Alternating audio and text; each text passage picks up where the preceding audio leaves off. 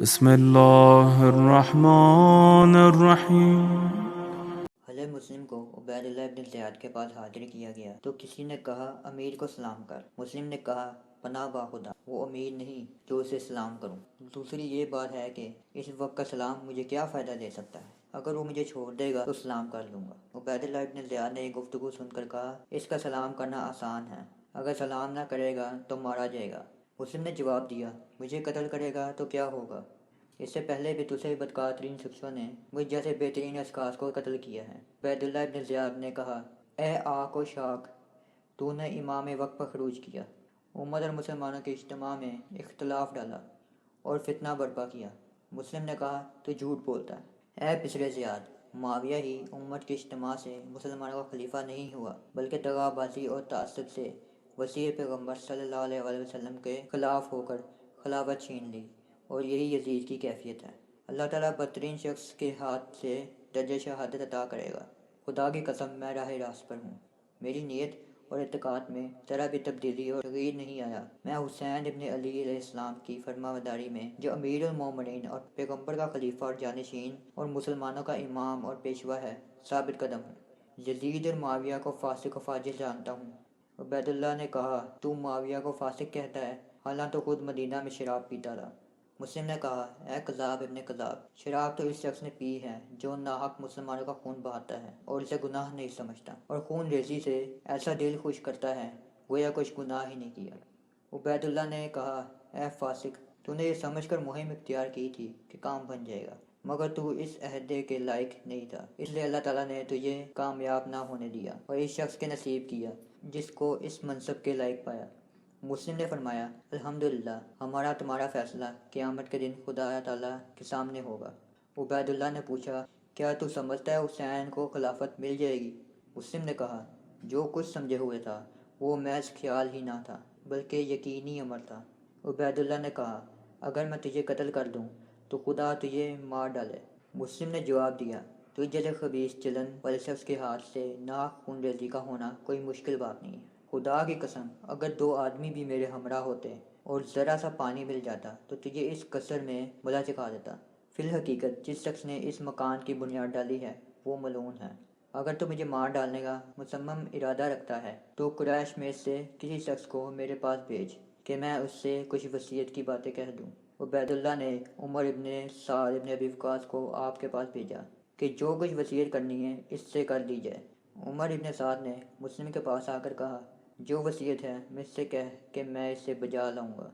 مسلم نے کہا تو میری اور اپنی قرابت کو پہچانتا ہے، آج تیری ضرورت ہے اور وصیت کرنا چاہتا ہوں، واجب ہے کہ تو میری باتوں کو غور سے سنے اور میری خواہش کو بجا لائے۔ عمر سعد نے کہا تو سچ کہتا ہے اور مجھ پر فرض ہو گیا کہ تیری وصیت کو پورا کروں گا۔ گو تو نے اپنی جان پر ظلم کیا مگر تو میرے چچا کا بیٹا ہے، جو کچھ کہنا ہے بیان کر۔ حضرت مسلم نے کہا کہ میں اس شہر میں 700 درہم کا قرض دار ہوں، میرے قتل ہو جانے کے بعد میرے گھوڑے اور زرہ اور اسلحہ کو بیچ کر قرض ادا کرنا، پھر حسین ابن علی علیہ السلام کو فرد بیچ کر میرے حال سے آگاہ کر دینا اور میری طرف سے لکھ دینا کہ ہرگز عراق کی طرف تشریف نہ لائیں ورنہ جو حال میرا ہوا ہے۔ عمر سعد نے عبید اللہ ابن زیاد سے وصیت کا ذکر کر دیا۔ اس نے کہا گھوڑے اور اسلحے سے قرض کی ادائیگی کا ہم سے کچھ تعلق نہیں ہے، نہ کوئی منع کر سکتا ہے، مگر مسلم کی لاش پر بعد قتل بھی ہمارا اختیار رہے گا، جو کچھ ہم چاہیں گے کریں گے۔ اور حسین ابن علی علیہ السلام کی نسبت سے یہ بات ہے کہ اگر وہ ہم پر حملہ نہ کرے گا تو ہم اس پر حملہ نہ کریں گے، اور اگر ہمیں ایذا دے گا اور خلافت حاصل کرنے کے واسطے ہم سے لڑے گا تو ہم بھی خاموش نہ رہیں گے۔ اے مسلم ابن عقیل، تو اس شہر میں کیوں آیا تھا حالانکہ اس جگہ کی حالت اور حاکم سب عمدہ حالت میں تھے، تو نے آ کر پریشانی ڈالی؟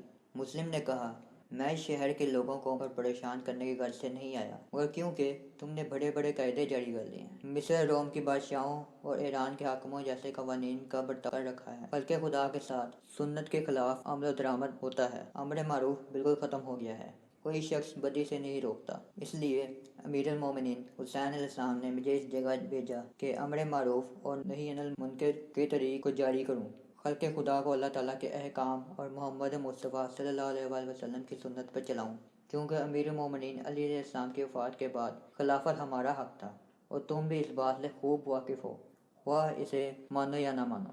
امیر المومنین علیہ السلام پر جو امام برحق تھے اور خلیفہ مطلق سب سے پہلے تم نے خروج کیا تھا، وہ تمہاری کیفیت ہے جو اللہ تعالیٰ نے کلام مجید میں فرمایا کہ سَيَعْلَمُ الَّذِينَ ظَلَمُوا أَيَّ مُنقلب ينقلبون۔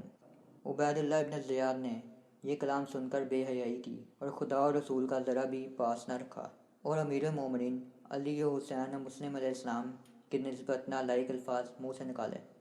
مسلم نے کہا، تیرے اور تیرے باپ کے اور اس شخص کے منہ میں خاک جس نے تجھے امیر بنایا۔ اے دشمن خدا، تو خود ان کلمات کا سزاوار ہے۔ تیرا باپ زیاد کا کوئی باپ ہی نہیں تھا۔ صرف معاویہ نے دائرہ اسلام سے خارج ہو جانے کے بعد زیاد ولد الزنا کو اپنے خاندان سے معلق کر لیا تھا اور خبیثون الخبائث کا مفہوم صادق آیا۔ اب تو چاہے کہہ اور کر، ہم اہل بیت نبوت ہیں، ہمیشہ ہم پر مصائب نازل رہے ہیں، ہم راضی برضا ہیں۔ عبید اللہ نے کہا کہ اسے مکان کی چھت پر لے جا کر قتل کرو۔ بقی جہنی کے بیٹے نے یہ خدمت اپنے ذمہ لی اور حضرت مسلم علیہ السلام کا ہاتھ پکڑ کر کوٹھے پر لے گیا۔ اب ہر قدم پر درود پڑھتے ہوئے ربنا افرج بیننا و بین قومنا بالحق وانت خیر الفاتحین فرماتے ہوئے چلے جاتے تھے، اور جب اوپر پہنچے اور مکہ معظمہ کی طرف رخ کر کے بدیدہ اشک بار کہنے لگے، السلام علیکہ یا ابن رسول اللہ۔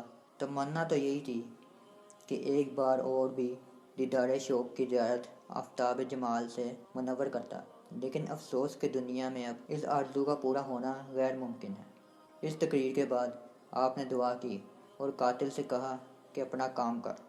چنانچہ قاتل لعین نے آپ کا سر تن سے جدا کیا۔ یہ واقعہ 3 ذی الحج 20 ہجری کو ہوا۔